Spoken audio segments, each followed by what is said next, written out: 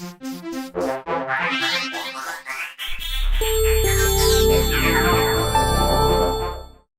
man, and this is important, for man, the artificial is natural. For man, the artificial is natural. We were created, we were built to build. We were created to create. Tolkien calls this subcreation. God created us, and he created us in his image, which means that we are to do the same sorts of things that he does. God is the only one who can create ex nihilo. God is the only one who can create from nothing. And so he is the ultimate creator. We have to work with pre-existing materials. We have to work with stone or with wood or with mathematics, or there's something that we come across and we say, hey, we could do this with that. But we're always taking something that's there already. We're always taking something we discovered and manipulating it so that it becomes something else, so it performs another function.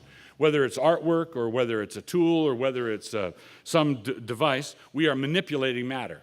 But when we manipulate pre-existent matter and we are creating artifacts, when we create tools, we are imitating God.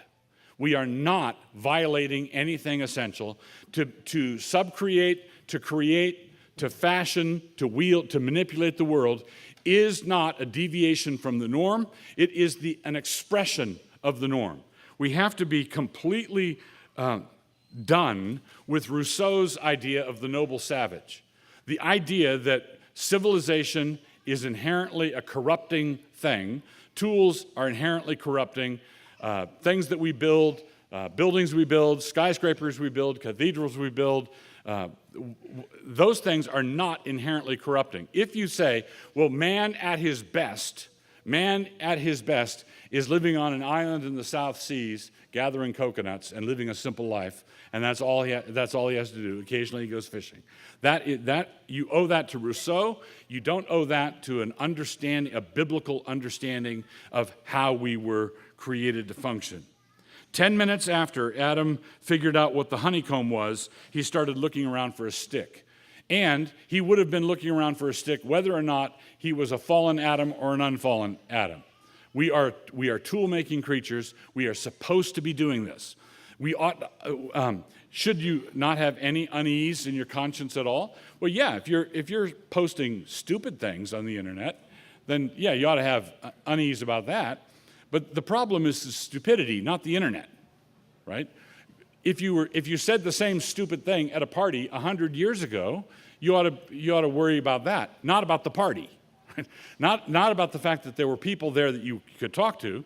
If you wrote an ill-advised letter 100 years ago and you called somebody a bunch of names in this ill-advised letter, you should have worried about the letter, not about the postal system. The postal system wasn't the problem. The problem was you writing the letter.